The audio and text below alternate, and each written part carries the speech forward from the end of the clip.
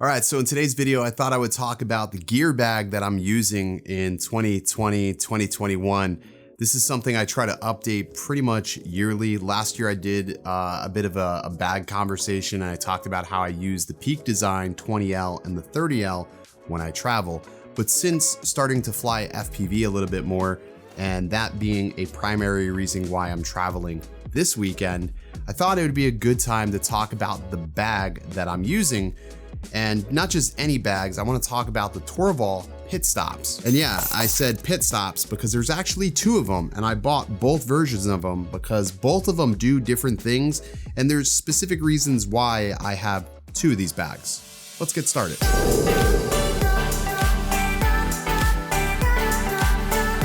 What's good, everybody? Ken here, and in today's video, we're going to be talking about the gear bag that I choose to travel with.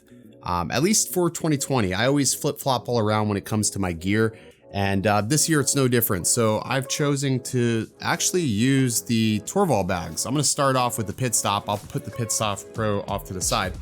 So this is the gear bag that I've been using for the better half of this year. I ended up buying both of these bags because I couldn't decide which one I wanted. There's pros and cons to both of these, but this is the Pitstop.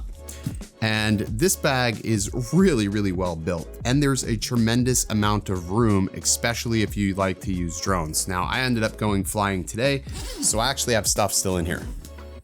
Let me go ahead and open it up. First things first, I like the way these bags open. I like how safe it is because I always know it's gonna be zippered. One of the reasons why I'm switching away from the 30Ls and the Peak Design bags is because the Peak Design is a primary reason why I damaged my Mavic 2 Pro a couple of months back. One of the zippers were undone, which again is my fault, but there's two of them, so there's a little less redundancy there, and I didn't have it zipped, and I ended up letting the Mavic fall out the backside because I only had one side zipped. So with this, I know it's always going to be zipped up because it's only one zipper to go all the way around. The bag opens up and exposes the internals, and there is a tremendous amount of room in this bag. So up at the top here, you can put a set of goggles if you want it, or you can put a camera. Unfortunately, I'm filming with my Fuji X-T4, but typically speaking, I would take my X-T4 and put it up top here, and I would even have it mounted with my lens. So for travel's sake, it's really super easy. In this center compartment here, this is where I would typically put my radio. I've got my, what is this, my Tango 2 Pro. I usually slip this in here. I've got my DJI goggles, or you can put any goggles you want in there. I usually keep some batteries or SD card slots over here. Down here, I've got batteries, and I can fit probably about 10 batteries pretty much simultaneously side by side. And then you've got this big area here. There's a freaking leaf in there. Then you got this big area down here where you can fit chargers. If you wanted to put additional lenses, you can go ahead and do that. Or if you are somebody who flies GPS drones as well, you can either put your Mavic Pro up top or fit the Mavic down here at the bottom. Now, the reason why I love this bag specifically is because it's very, very rigid. And because it's so rigid, your equipment inside is very well protected. That's one of the biggest things is when you're traveling, it's gonna get tossed around, it's gonna bang up against things. And with the Peak Design bags, because they were sort of soft, I always felt like I was damaging the Mavic, or subsequently the gimbal guards used to always fall off. And at one time I actually did damage my gimbal because the gimbal guard fell off. So with this, I really don't have to worry about that.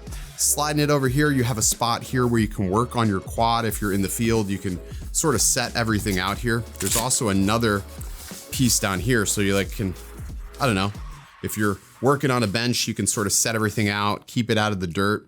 This also can double as a landing pad. Probably not a good idea, but you could do that if you want it. But this works really well if you're in the field and you need to do a quick repair. This is really cool. There is a magnetic tray up top here. So you can put tools, bolts in here. You don't have to worry about everything going all out of the way, which I think is pretty thoughtful. I'm gonna zip this one back up here.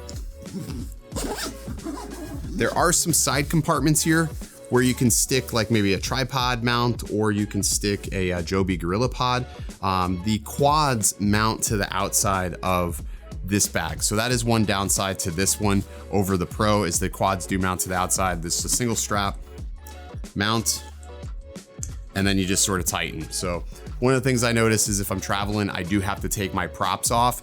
because otherwise I'm gonna cut people up. So I usually take my props off when I do travel. It's just a good idea.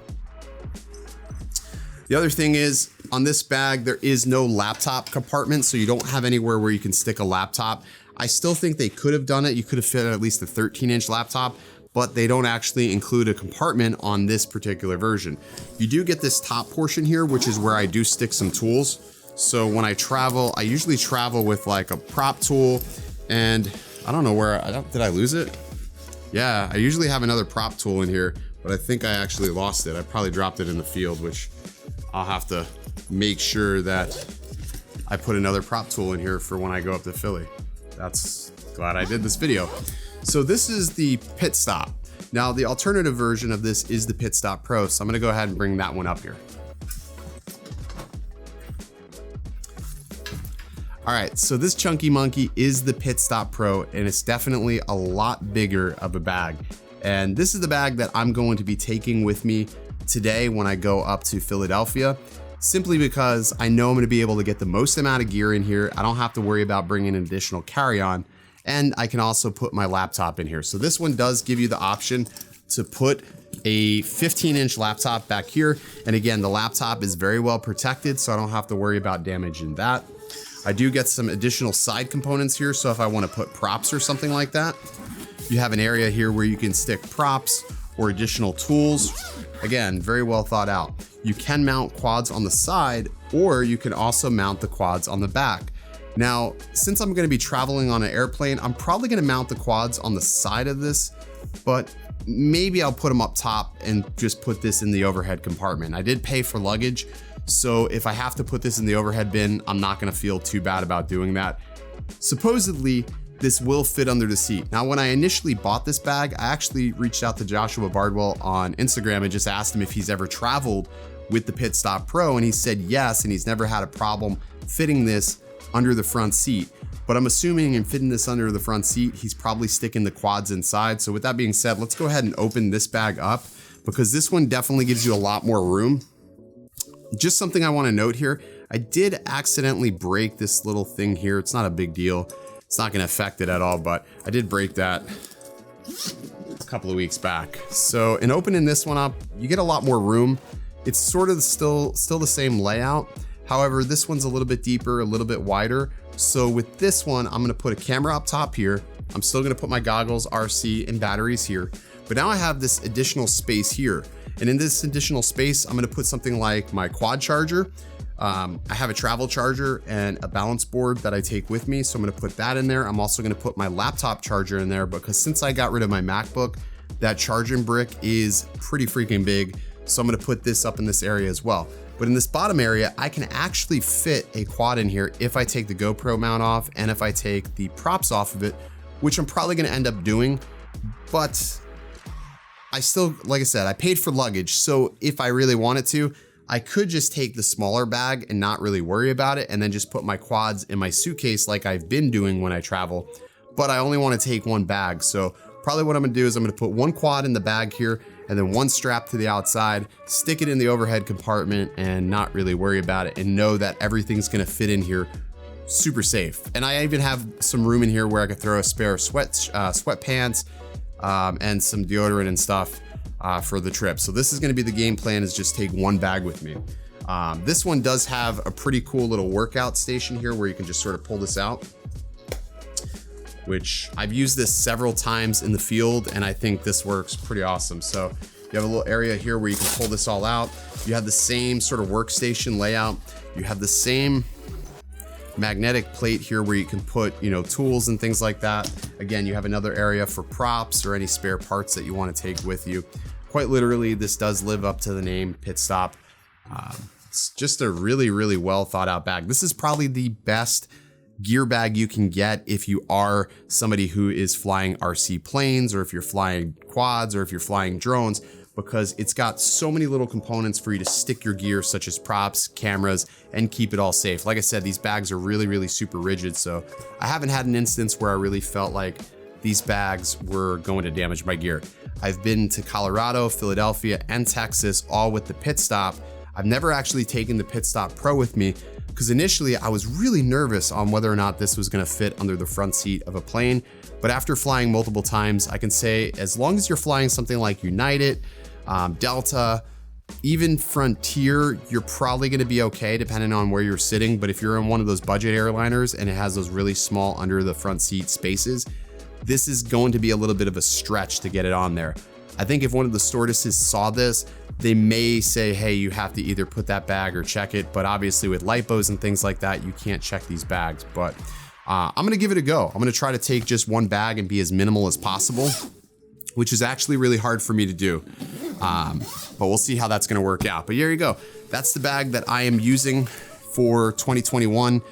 For me, it's been a big upgrade and a big improvement over the previous version. Now, when I am around town, I typically just take the Pitstop and not the Pitstop Pro because I'm not needing any reason to take my laptop. So the Pitstop is what I take typically with me on the daily. But if I'm traveling really far, the Pitstop Pro is what I would probably suggest. Price difference between the two is about $100.